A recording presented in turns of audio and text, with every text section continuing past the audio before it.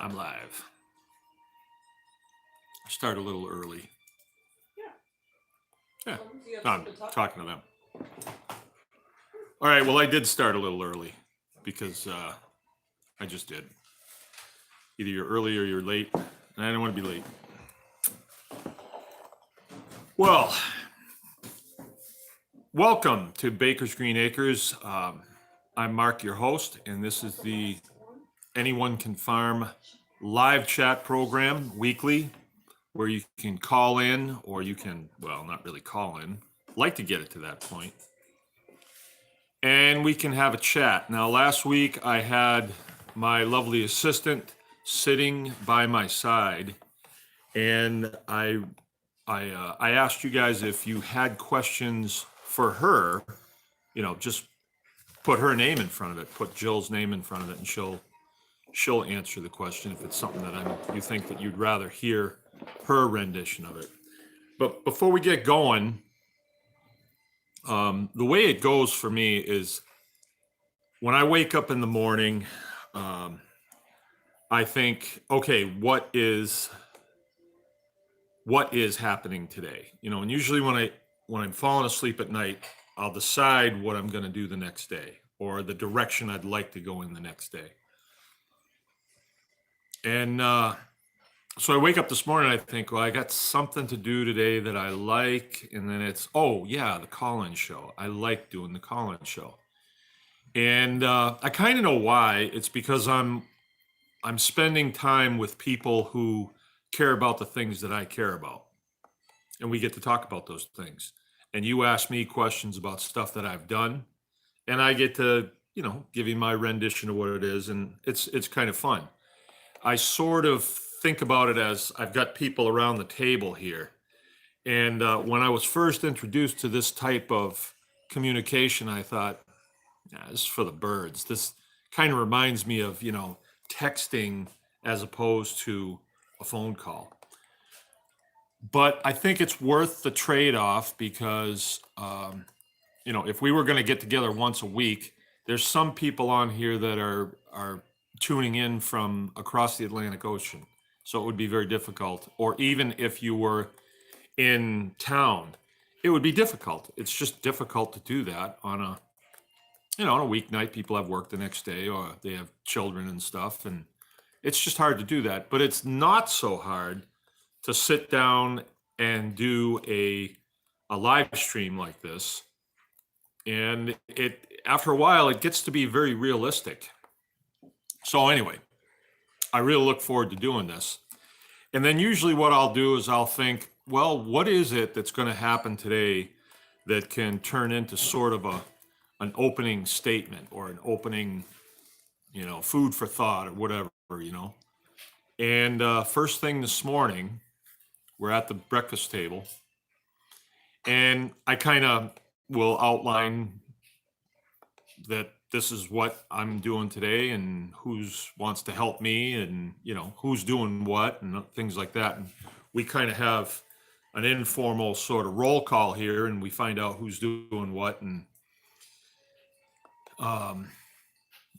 who's gonna help who, right? And so I said, I'm looking out the window and the wind is blowing and it was cold, and it said that the wind chill was going to be 10 below today.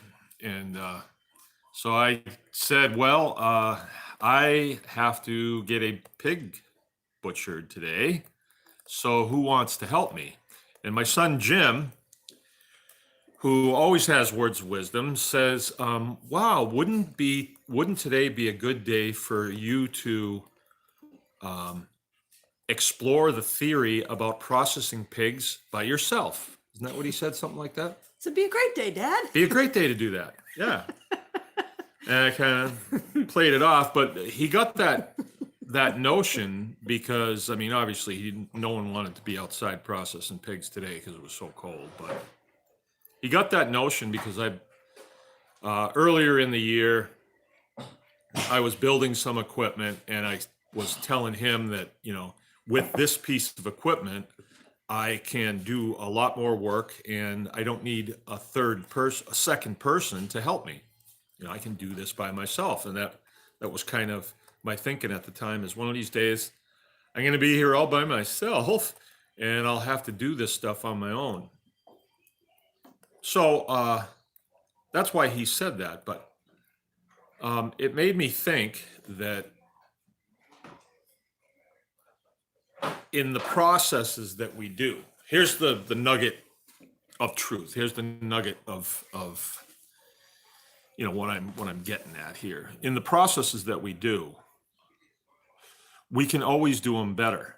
Every time we can do them better, right? So as I was doing this today, I had everything ready. I had to get a fire going, I had to get the water in, and I had to get some block and tackle moved around. I had to get some meat taken off hooks and other put on hooks so I could use the hooks and stuff. And I had to get things ready. And by the time I was ready, it was after lunch. I did some things in the morning, other things that I had to do.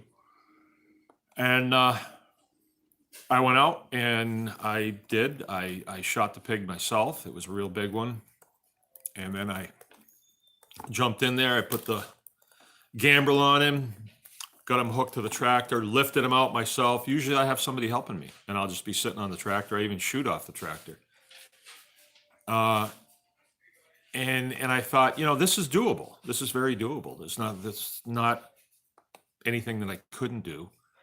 And got him up to the house, to the butcher shop, got him laid down, got him weighed. Had the fire going and everything. Made an adjustment. Any of you that have been with us for hog processing, sometimes you get a bad scald. And actually during hog harvest, we got 2 bad scalds. And it was pretty frustrating because we were using a laser temperature gauge that has always been accurate, and you'd think it'd be accurate. I mean, it always was, but we were getting bad scalds. And Adam's actually on tonight. Adam's on. That was the problem. Adam, because we checked it against the thermostatically controlled scalder that we have for our chickens, and it was off. So I'm going to make a new one. I'm going to get a better thermometer, longer and simpler. I think I'm going to have 2 of them, but I found today that I knew what the outside temperature was, and it was reading that on the gauge of this one. And then when I put it in, I got it right to 140, and then I left the pig in for a good long time. And I'm telling you, just grab that hair and just slide it off, and he was just white as can be underneath. It was really nice. So I did all that myself, and then the little boys finally got their stuff on. They came out. Do you need some help?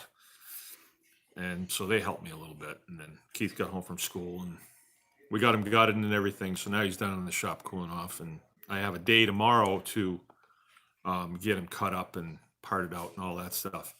But as I was doing it, working by myself, I thought, what could I do to make this a little bit better? So some people have come here and they think that this farm was just like this when I moved here, and that I've just always known how to do all this stuff. That is not true. I raised pigs for a long time before I even shot my own. And then I used to take pigs to a processor to have them done. And when we moved here, we were still doing chickens by hand. We did not have a chicken plucker or anything. We didn't have a butcher shop. None. I'd never grazed the beef. I'd never done chicken tractors. I hadn't done any of this stuff. This is all over time. Just whatever process we're working on. As we're working on it, we think I will say, gee, if I had this, it would go a little bit smoother. If I had a thermostatically controlled propane burner on my scalder, it would be way easier because I could just go out there and turn it on. It would shut itself off when it's exactly 140 degrees. And then if it dipped below, it would come back on. So I've got to do that. And I am going to do that one of these days. So that's my my thing for tonight, that it would probably help you and make you a more effective homesteader or farmer, in that any process that you're doing, you can kind of hone the edge. You can kind of make it a little bit better every single time, and try not to just rush through the procedure to get it done so you can go and do the next thing. I've been working on that too lately. I'll try to set one thing or two or three things that I need to get done in a day, depending on how long they are, and never leave my day with just an open end. Well, as soon as I'm done with this, then I'm going to find something else to do. I'm not going to do that anymore, and especially in the wintertime, because you can really burn out because you never get everything done. But if you do a small number of things in the day and you do them well, uh, you're going to be better off in the long run. Some of what you're seeing behind me, the wood stove here, and then that chimney, and all the stonework and stuff. I did all that. I've been wanting to do it for years, and I finally did it. I did all the electrical. I put in the fan up above and all that. And now we have a place that's sort of a congregation point. Whereas if we just had like a propane furnace, who'd want to congregate around that? We have this, and the work was done well thought out, and I'm satisfied with it. And so it will be here for as long as we're here, I reckon. And so I'm kind of trying to work that direction to where we get things accomplished, get things done well, that are going to serve us over a long period of time. Today, like I said, it was 10 degrees, and with the wind, they said it was 10 or 15 below. I don't remember, but it was cold. And that can be kind of stressful when you're doing something outside, especially like butchering a pig. This was a big one, and we're working with water and hoses and knives and saws and stuff like that. So there was a time where when I had to butcher a pig, it would stress me out the day before, because it's just human nature to be stressed out about having to take the life of an animal, and then a huge amount of work afterwards. And as soon as you pull that trigger, buddy, you are committed to take it right to the end. And stuff goes wrong. Like for instance, today on the tractor, which I really need the tractor to lift a 500-pound animal out of a pen. I can't do that without the tractor. The controls on the tractor had moisture in them, and they were frozen. And it was so cold out that when I would thaw the controls with a torch, I had to work very quickly because they would freeze back up. So I've been down this road before. I know what it is. It's my own dumb fault for leaving the tractor out in the rain. But the weatherman said it wasn't going to rain that night. I don't know what's going on here. And water got down in the controls. So I know what I have to do. The tractor's in my shop right now, warming up. And tomorrow I have to take the controls off, which I've done like 5 times. I know what I have to do. So it is stressful. But now I have, I have a nice rail. I have a really nice scalding tank that we built a shroud around, and we have a smokestack to take the smoke away. I have a nice shelter there that's full of firewood. So when I want to get a fire going, I just do it. I don't have to go looking for firewood or anything. I'm really on top of firewood this year, which I just have never been. I always just kind of take it as it comes, and hope I'm going to make it to the end of the year. This year I'm really on top of it. I've got all my firewood in, probably twice as much as I need, so that's a good thing. I kind of feel like I'm actually getting my act together, like I should have a lot of years ago. But it's been a process. It's been a process to get things It wasn't like this when we got here. Okay, so that's my thing. Always increase your process. Always make it better. Even if it's just a little bit better, make it better. I'm butchering pigs. I'm doing it all the time. It doesn't hurt me to go watch a YouTube video on how to butcher pigs. I haven't done it, but I could, or read a book or something like that to just, maybe there's something I'm missing, that I just have missed. We get like that, like when we do something and it works, a lot of times we just stay with it, but we can get better at it. All right. I have my assistant next to me, so I guess I'll swing the camera over her way. It's just a phone, actually. That's all we have is a phone. And we'll start taking some questions. There was one question that's written on the board over there. Do you want to? Yes, and actually, the gal is CB wife on here. Yeah, a question about human consumption of grains purchased at the feed store. Okay. All right. I can see that screen and they're not the same. I just noticed that. Okay. Yeah. All right. Well, I'm not a woman, so I can't multitask. I don't look at the picture. When that question had come in during the week, and whoever got the question, I assume it was Jill, wrote it on the board. We have a board over there, and then it's near the phone, and And I read that this morning, and I said, "What's the story on this?" Because the way I interpret it was somebody was thinking about buying a feed store, and I don't know anything about feed stores, but Jill said no, they wanted to buy grain from a feed store and use it for human consumption. And I just was kind of like, well, I guess you could. But then we started to kind of discuss it a little bit, and we don't go to the grain place much because we seek alternative sources of feed for our animals, which, if you guys are new, that's called scrounging. And we're card carrying members of Dumpster Diggers International, DDI, and Scroungers International as well. So scrounging is kind of a treasure hunting mentality, that there's always things around that somebody else didn't want, but because I'm able to scrounge it, I don't have to spend the dollars that I have on it. So anyway, so we don't go to the grain company, but we used to. And one of the things that we noticed at the grain companies, there's two of them in town, and one of them is actually called the grain company, but I'm not throwing stones at them. I haven't been there in years and years and years. But so let me just say the grain places, okay? So I'm not throwing, I'm not disparaging somebody else's business. So I won't tell you which one I'm talking about, even though I've been to both of them.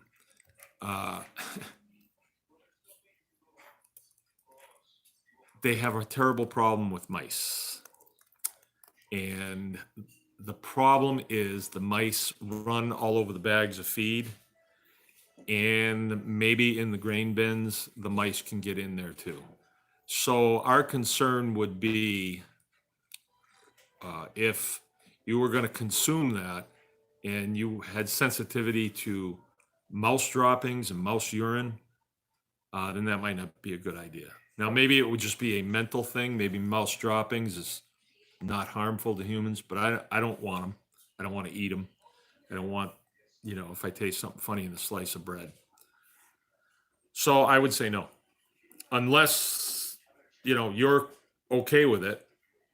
But when we buy grains, like we've bought grains before when she'll just make bread, and I don't know if that grain's handled any better. I really don't know.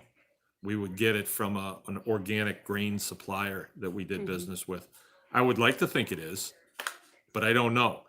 And now why they allow that for animal feeds, I think that should be looked at. And when I used to go there, I said, why don't you guys have a cat?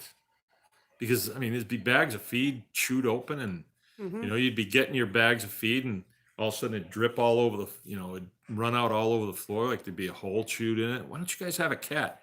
Oh, the uh, the inspectors don't allow us to have cats. All right, but you can have a million mice. So that's my thought on that. Yeah. Anything You else? know, well, you touched on something else that's a consideration. Unless you have a really good granary near you, you probably can't get organic grain, and it's worth it to get organic grain. Mm, It costs more, but any conventional grains, even oats and wheat and barley, they spray them with Roundup to get an even kill on the field. So corn, they spray with Roundup when the corn is just little to kill the weeds off, and then that's it. They're spraying your bread grains and your small grains just before they harvest them, so it's really fresh. So if you're not getting organic grains, you are getting glyphosate guaranteed. So that's a consideration too with grain store feeds, is unless you have access to a good organic mill, you're going to be getting glyphosate with your feed store grains. mm, So that's another consideration in what you want to eat and take into your body and put in your children's bodies. yeah. And you know how everybody's gluten intolerant these days? I don't think gluten's changed. I think it's glyphosate intolerance. And glyphosate is a herbicide. And the thought process is that, well, we're a protein based unit, so it doesn't affect us. But in our gut, we have a lot of plant life to do the digestion. Mhm. And if you're getting glyphosate in your grains, then there's a good chance it could kill off quite a bit of that bacterial life. And that's why. Um, And you can tolerate that to a point, yeah, but that's where you start to notice that you are wheat intolerant yeah, or gluten sensitive or those kind of things because you don't have that flora and fauna in your system to digest it anymore. Plain and yeah, simple. You've had a die off. You've killed the good guys because that's what that stuff does. So, yeah. Agreed. yeah, more thoughts. And so far, that's the only question I have. All right. Maybe we can It's been finish pretty up quiet. early tonight. Yeah, you guys don't have any questions. I know what's going on here in Michigan. The president is here. And so a lot of people that would normally be calling into the show and having questions are probably down there in Battle Creek um, at the Trump rally. So that's probably what's going on. Are there any more questions? Really? I don't want to end early. Come on. Need some questions. Want to tell them about your beef? And some of the cool stuff we're making? Yeah. Yeah. Yeah. You want to hear about my beef then? Um, I think it was, Oh, I think we're about 20, 21 days hanging the beef, aren't we? 3 times. we're all of 3 weeks. Might be going on 4. Yeah, we're definitely going on 4 weeks. So we killed 2 beef a month ago and had to make special provisions for a place to hang them because they were really big. And we broke them down into 6 pieces each and hung them up. And you just have to make sure that there's air contacting them all around, and it has to be cool. Of course, in northern Michigan, it's pretty cool right now. The majority of it was hanging in the maintenance shop. I can close the doors, keep the birds off of it, and there's no bugs this time of year. And some of it was in the butcher shop. The stuff that was in the butcher shop, and also in our walk-in freezer that is not turned on right now. It's just cold inside. The stuff that was in there where it contacted the butcher paper that was laying down on the shelf, it did get a little stinky, so we had to do a little bit of trimming. And it didn't go to waste. It wasn't much that we trimmed off, and everything else was really good. So what we had in there was just the the front legs, 4 front legs, which were massive. They were massive. The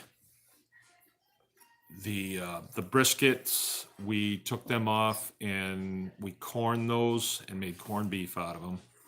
And those are secured. They're in the freezer. We ate one of them. It was outstanding, or a piece of one, probably won the Yeah. whole thing, because they were massive. These beef were huge. They were 3-year-old steers, partly Wagyu and partly Holstein. Holstein. So they were beauties, beauties. Um, the loins off of one of them, which would be the rib cage, and then the back of the half of the back, from the backbone, about a foot this way is the loin, and that's where the T-bones come from. And so we cut those up. Now, normally the way that's done is they're almost frozen, and then that piece is thrown up on a bandsaw, and then if you want steaks that are going to be an inch wide, they'll cut them at an inch wide. Some of them you're going to be cutting through the rib, in kind of a bad place, and that's why when you see a T-bone on the plate, you'll see a rib that's actually been cut longitudinally. Well, we're not going to use a bandsaw to do this, so we're going to cut them in between the ribs, and the ribs on these guys were like this. So the steaks were like this. Some of them were 2.5 inches, right? Mhm. But we're okay with that because they were big. They were really big. I should have some pictures of them. And the meat was, it kind of glistened when you looked at it. It almost looked like it was going bad. It just had that look about it. It was just glistening a little too much, but it smelled fine. I put them on the grill out here. This was our test run, and just cooked them until they were cooked through, but not, really cooked hard. They were still kind of pink on the middle. And we brought them in, and then we all just kind of got quiet, cut into it, and everybody at the same time, and it was an event. It was really, really an event. And then we had way more meat on the table than we could have possibly eaten. There was 5 or 6 of us eating here. But the meat was unbelievable, just unbelievable. Now, the other group of stuff that's still hanging in the meat maintenance shop, I'm not going to get to it until after Christmas. But I keep looking at it because it's a lot of meat hanging up there, and I would hate to lose it.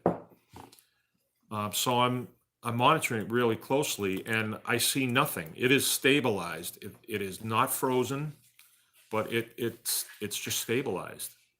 And I'm told that that's the way it was done back in the day. They would eat fresh meat off of a beef all winter long. And then when you got close to the time that flies are going to come out, that's when you're going to start putting stuff in cans. That's when you're going to start to salt some of it, jerky some of it, and things like that. So it's an incredible amount of meat. 2 big beef like that. Like we don't really even have the freezer space to handle it. So a lot of it's going to have to go out to my kids. None of this is going to be sold. This was all just for what we need to get through a year. Probably take us over a year, but really pleased with the way it's come out so far. And yesterday we turned a lot of it into hamburger, and then the girls spiced that, and they made, what'd you make? I made summer sausage and kielbasa. Kielbasa out of it. They finished that and got it all in casings today. So, that's a lot of food, and it's stabilized. So we know that it's safe. Was there a question? Oh yeah. Okay. I asked for questions. I got questions. Scott, Good Was old wondering, Scott. yeah, about a good de-icer for the blue plastic barrels he uses for watering the pigs. Do they make any de-icers that are solar powered? I don't know about a solar one, Scott. Um,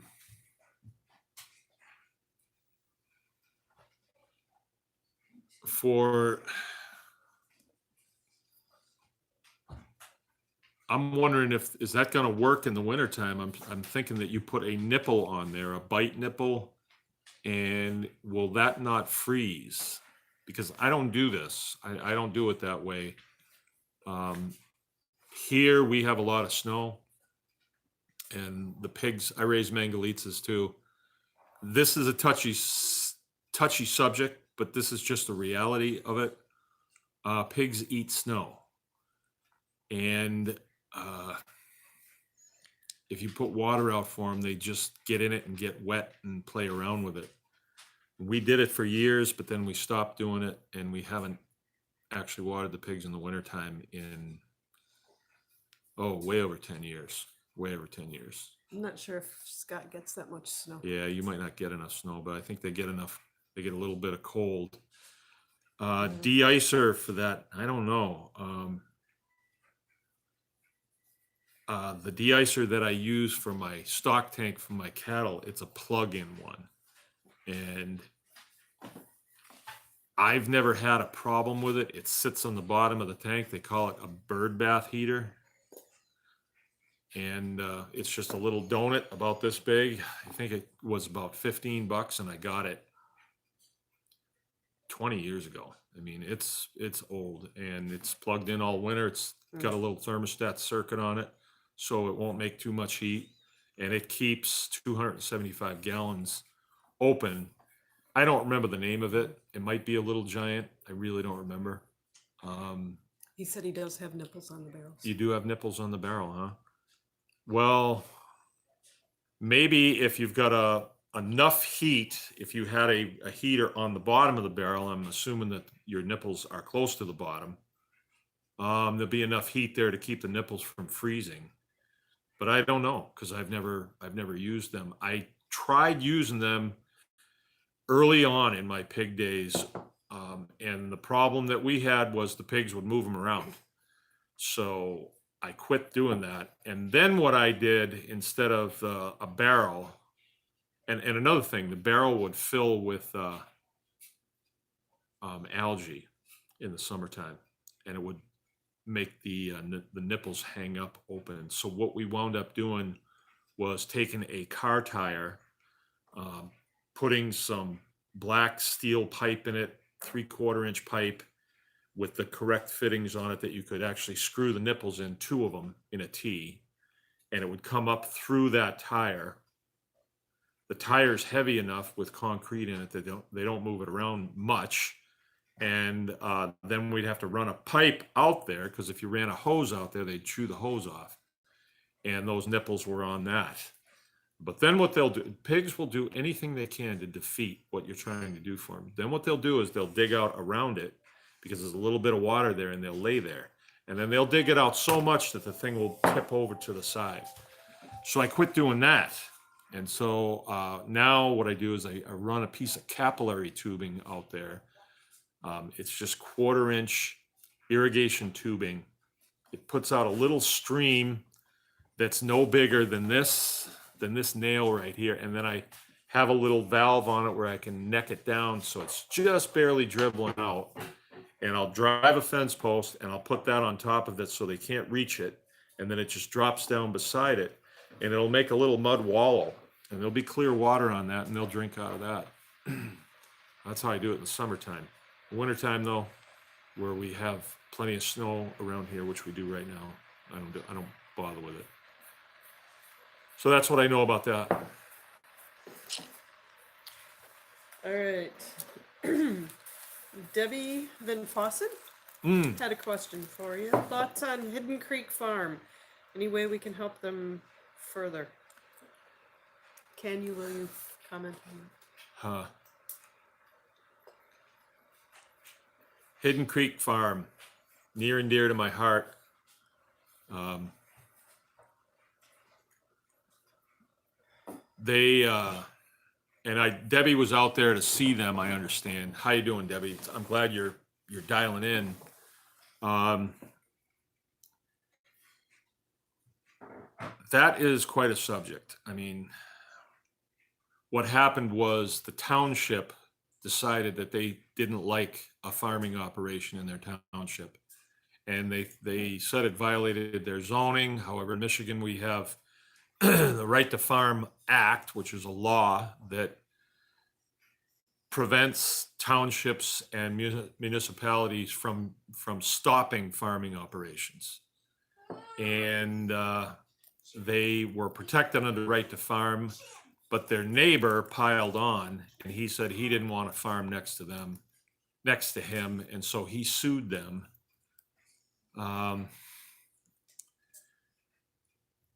what Bakers did, they came to us first, and what we did is we made a video, and the video went out and got like a lot of views, and people were outraged. They were just outraged, and a lot of these are my friends, people that know us, and they take my word for it when I said that these two people at Hidden Creek that were running this place were doing a really good job. Place was clean, dry, picturesque. They grow flowers. The buildings are nicely painted. I mean, there's no noise. The animals are really well taken care of, and these two individuals are sharp. And this was totally wrong. And the township, was horrible. I mean, who do they think they are? It's just, I cannot believe that this goes on in our country, where people are hauled in and interrogated by township officials, just beyond me, and then threatened by judges and everything else. It's just, anyway, when the people were involved, the people at large amounts of people were making phone calls and inquiring and things like that. That makes township Gestapo nervous, because they rely on your vote to get in there. And they live amongst you. They don't live inside the castle, And so when you run into them at the store and, you kind of glaring at them a little bit, they don't like that. They like to be in the good graces of the people that they are serving. But they weren't running the township that way. They were running it more like the township was there for them. And so we made really good progress on that. But then the lawyers got involved, and the lawyers want to control it.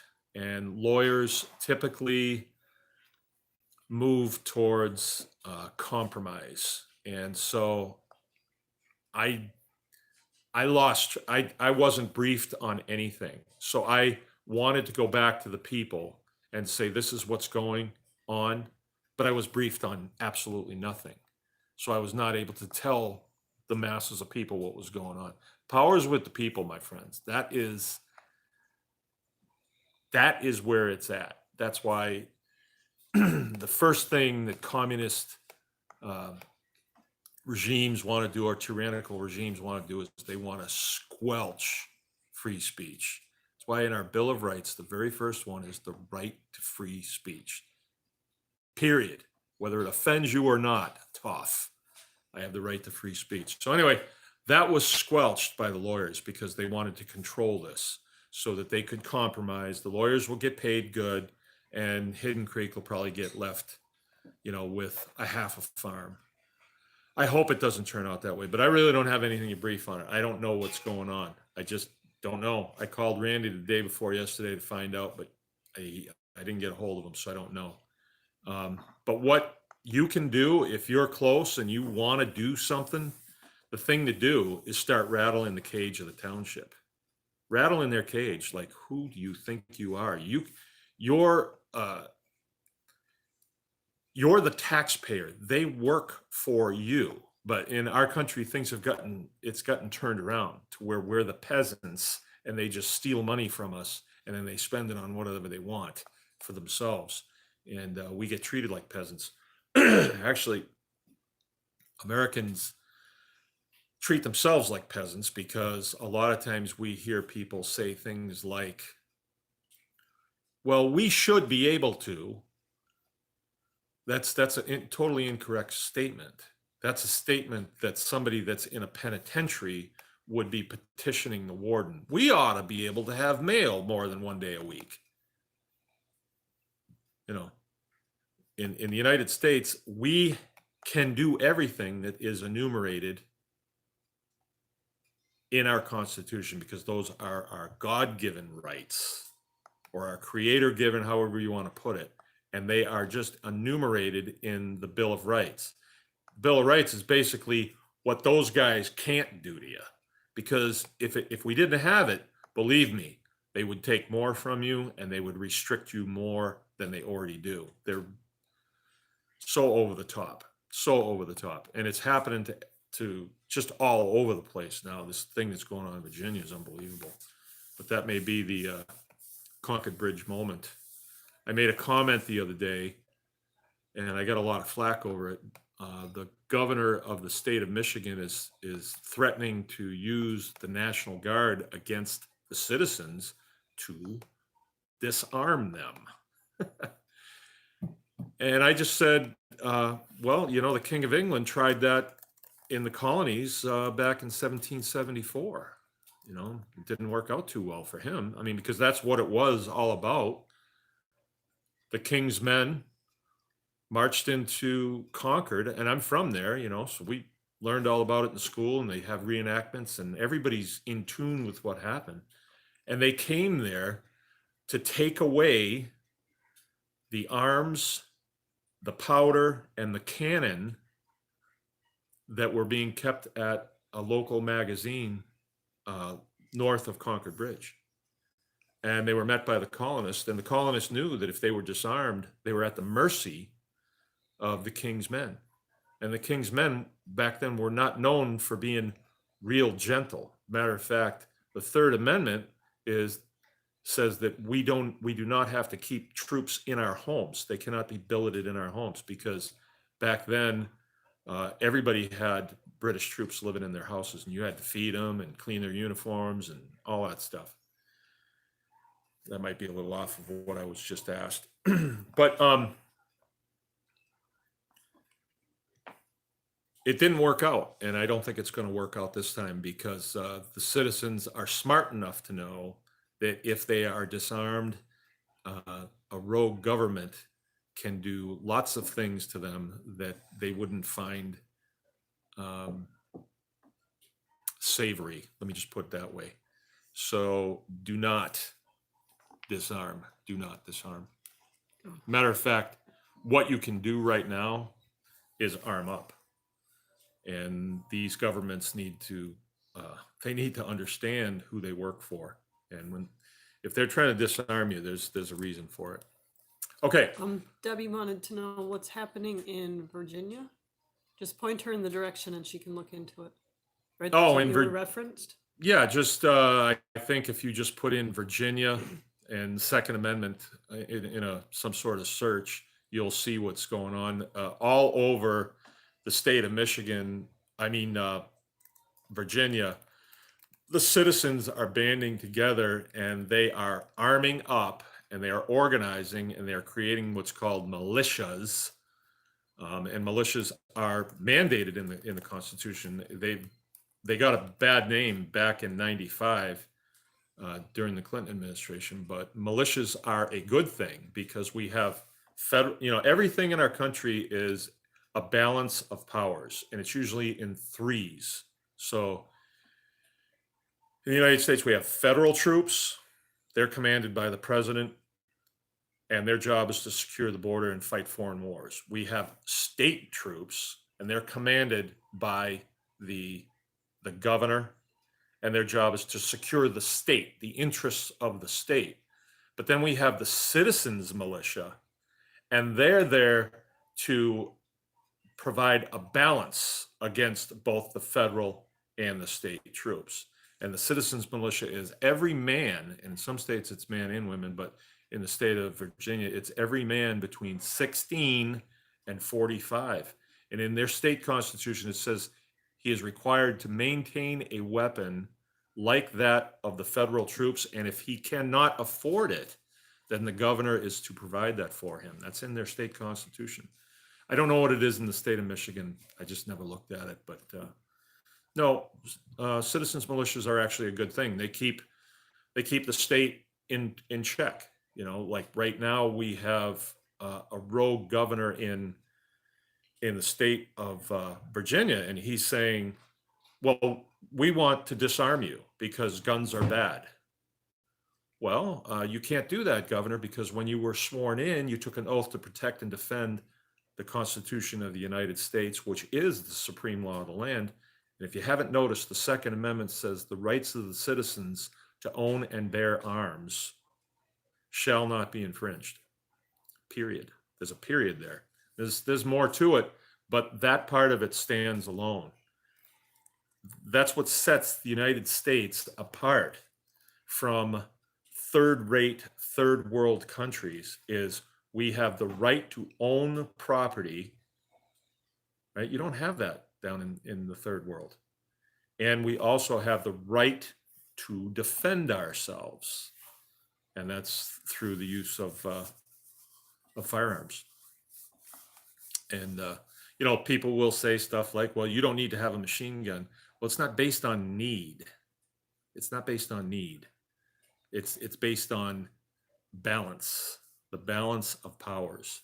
You know, if only state authorities have weapons, then we're at their total mercy. But the way it is right now, we can be armed up as heavily or as lightly as we want to. And I know homes that are quite heavily armed and they don't have problems. You know, guns don't go off by themselves. They don't have accidents because they have automatic weapons, you know. And really, I mean, if you want to bring the conversation in this direction, which maybe I want to bring it this direction, because I have a lot to say about this. When we went through our problems with the state, the only thing that prevented them from kicking my door down and coming in here and arresting me because I had a big mouth was the fact that we were armed. And nobody wants to do that. Nobody wants to be the first one in the door. Nobody wants to do that. And that's good because we, you know, the Fourth Amendment of the Constitution states that we are to be secure in our homes, in our personal effects, and our papers are secure. That means if they want to come in your house, they have to have a warrant to come in your house, or you have to invite them. But, you know, even if you have a warrant, it still can be quite dangerous for the people coming in your house. I don't care what they yell.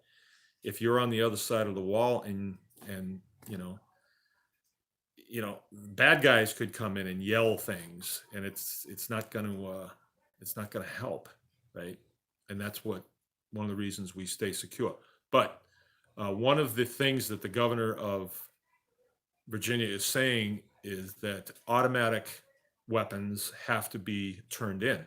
And the big thing is the AR-15, like the AR-15, some super weapon. It actually fires a varmint round. It's a very small cartridge. And it'll fire as fast as you'll pull the trigger.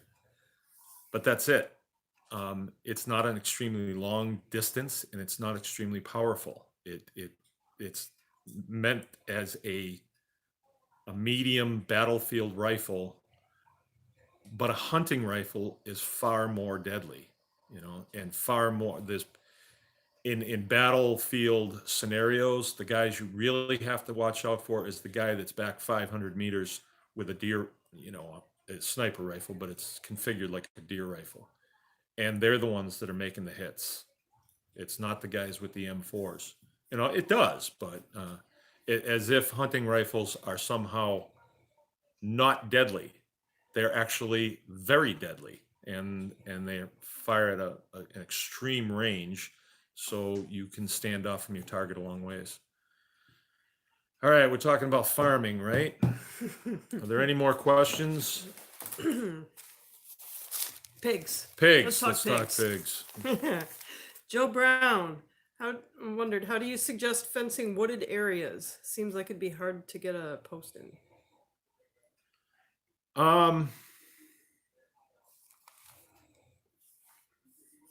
the problem with wooded areas is it's uneven.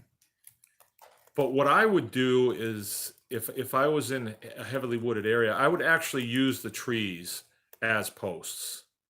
I really would. Uh, I've seen that done a lot, and people are going to think, well, the tree's going to grow. They don't really stretch the length that fast. Like I've seen where uh, fences were stapled to trees, and the tree gets big, but it doesn't just lift the fence off the ground. So you can actually use the tree. Just let's say you put woven wire on one side of the tree and then screwed your insulators on the other side of the tree. It would give you a separation between the woven wire and the electric wire. Because remember, we always say, or I always recommend that you use like a woven wire for your perimeter fence and then put electric on the inside of that. So, uh, so that your pigs never actually get to your secondary fence, which would be the woven wire. Okay, so woven wire is really good too in that you can follow the terrain with it. So I know where you are in Maine, it's kind of hilly, so you would need something that you could follow the terrain. Where hog panels will not, they will not follow the terrain. They're rigid. So you'll have an up area, where there be a gap under the fence, and if the pigs can get to that gap and they can get their nose under it, you can believe they'll get through it if there's something on the other side of the fence that they want. Electric, always use electric on the inside. It's very inexpensive and it saves you so much trouble. Always use electric. Yes. Adam, a Boar question for you. He'd heard when you talked about Friendly having trouble getting the job done, Yeah. and he wondered, have you helped him? He's afraid that his is too short to get on his sows. Oh, shorty, huh?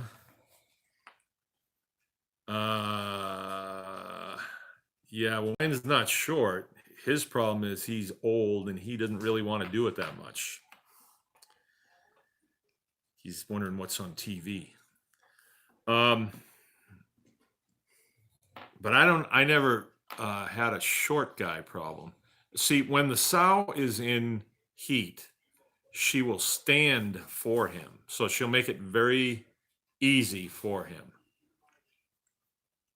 His problem was he didn't try that hard, and like he just couldn't get it in, and they would not let me help. The sows wouldn't let me help because they were not that tame as he was. So I got that figured out. I've got another boar coming this Friday, and Friendly's we're gonna have to do something with old Friendly. He's pretty old. But we've Pretty had, busy right now. you've had young boars that managed to breed older sows that were quite a bit bigger than them. Oh yeah. Where there's a will. Yeah. The young guy he'll figure a way to get her done.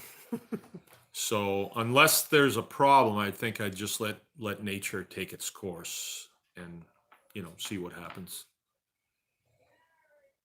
They're pretty industrious. We used to have a bull that was That's right.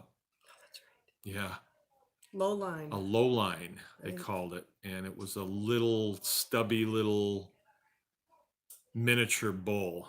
And then I had great big cows, and I said, "How's this going to work?" And the guy that I got him from said, "Oh, he'll wait till they step in a hole," is what he said to me. And I thought, there's no holes like that big out there. But sure enough, he did it. We never saw him do it, but he did it. He got it done. It must have been kind of fun to watch. What's the definition of old pig? Friendly would be probably 6 or 7 years old, I would say. Yeah. All of that. And he's Yeah. big. He's really big. big. He's big. If there was somebody that wanted a great looking pig with big old tusks on him, he's friendly. I would give him to somebody if he could go to a zoo or something like that. I would give him away. Other than that, he's just going to have to be dog food because a boar pig, um, if we castrated him and kept him around for a few months, maybe it would be okay. But I don't like putting the animals through that castration process. It's just, It's hard it's on the brutal. big ones. Yeah, it's brutal. And I don't want to do it. He'd be very hard to restrain, and I just don't want to do it. Dog question. Dog question. Hit me. And this is Joshua, also Archuleta Bear. We've been talking to. Did your dogs fully recover from the goring they took from keeping Playboy on the farm? Yeah. The one, Lily, got cut pretty good, and we didn't realize that she was cut. All right. They have a lot of fur in the wintertime, and so we just didn't. Minnie, we saw the cut, took her to the vet. The vet stapled it and put the staples so close that it just destroyed the skin. The staples wound up. But in the course of that, didn't see the cut on the other side. We didn't notice it. And then one up on her shoulder. That was Minnie. And full recovery, no, I don't think she ever did, because after that, she always snored really bad, didn't she? Yeah. And she wasn't nearly, it took some of the starch out of her. Yeah. Yeah. Yeah. Other than that, she really was I mean, the fine. cuts Healed. healed, but she was never quite the same after that. She never really was. Yep. And we didn't know the capabilities of a boar like that, but believe me, they are very strong and they know how to use those tusks. They really do. You have to be very careful with them. I don't take the tusks out. We've only had a couple of problems, and that's another thing. It's quite traumatic to hold them and then take a bolt cutter and break their tusk off. I just don't think it's right to do it, so we don't do it. And that's the only time that we've had a non-accidental thing that a Yeah. boar is using, because that's another reason why you would never ever keep a mean boar. No, you wouldn't. There's keep a no mean boar that's so good at his job that he's worth keeping if he's mean. No. And we're dealing with these Mangalitzes, and I don't recall ever having a mean or a temperamental animal. They usually kind of want to stay away from you, but I don't think they've ever acted aggressively towards anybody. No, I don't think so. Maybe that one time somebody got you on the shin, but that was something different. Yeah, but that That was wasn't different. malicious. No, it wasn't malicious. No. So that's all the questions I've had. That's it, unless anybody wants to know something else. Do we need any quick questions here? We got a few minutes to go, and we're more than willing to answer some questions. Well, next week is Christmas, Yeah. so we'll be on. Yeah. Okay. Let's talk about that. Next week will be. Is that going to be Christmas Day? Christmas Yeah. Day. So I don't think we'll do that because we're going to have a bunch of family here. So we'll let that go for that week, and the next week will be New Year's. Let's see how it goes. Maybe we'll schedule it for possibly the day after New Year's, something like that. But I don't know right now. Let's just see how it goes. Another thing I wanted to talk about was doing this Zoom call thing. It seems like this could be kind of productive, whereas if we had it specific to a subject, and people who were planning to do that function in the spring could get in on this conference, and it will be, just at your kitchen table, like just the way we're doing now, except when you do a Zoom call, it's like the guy that's giving the class is a little bit bigger, and then everybody else is kind of small, and it's your picture, And when it's your turn to talk, you get big and we can hear you then. And so it's kind of neat. You get to hear what other people, the questions that other people will have about a particular subject. And I think it's a good way to learn if you're going to start something like pastured poultry. Where do you start? You know, this would be a good place to start. I think that's an excellent choice of livestock to begin with because you know, we're going to recommend that you learn how to process them.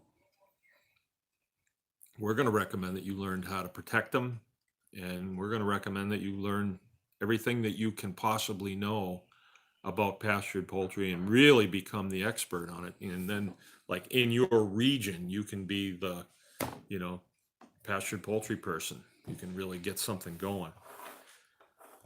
So, Would people be interested? Would you come if we did something like that on the 28th between Christmas and New Year's? That quick? Or is, say, the first Saturday after New Year's better, maybe? Give us feedback. yeah, give us feedback. I'm thinking after the New Year's, you know, if we're going to start something new. Um,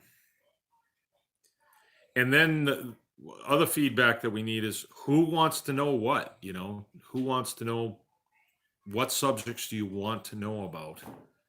And there's a lot of things that we could do in a class like that that we don't do in sort of a sit down like this. You know, we can have a whiteboard going, which is helpful. We can even do a little bit of a slideshow of specifics. Um, we could even take the camera out into the shop area, let's say, and let's say we're going to talk about, okay, how we going you're going to raise pasture poultry. You need to know how to process them. So let's go through it real time. You get to watch everything. Hand it over to somebody else, to Jill, to show you the cut up procedures and things like that. I mean, we could do a lot with this mode of instruction, and I really think that you know, the sky is the limit because we're a little bit limited in the wintertime to the things that we can do, but in the springtime, you know, fencing, um, bees, uh, composting, um, biochar, um, hog processing, beef processing. We could have had a really decent class in this last one that we did. Okay, so let's get some input on that, and then we're going to continue to discuss it here. But we think that that is going to be the best way forward. Did you see the suggestion there? Dumpster diving. I can tell you everything I know about that. Stores to go to and the ones to stay away from. I got a story about dumpster diving. If you want a quick story. I used to be stationed at Loring Air Force Base in Maine. And if you think it gets cold here, you haven't seen anything that's in northern Maine, and it gets really cold there. And it stays cold, deep freeze.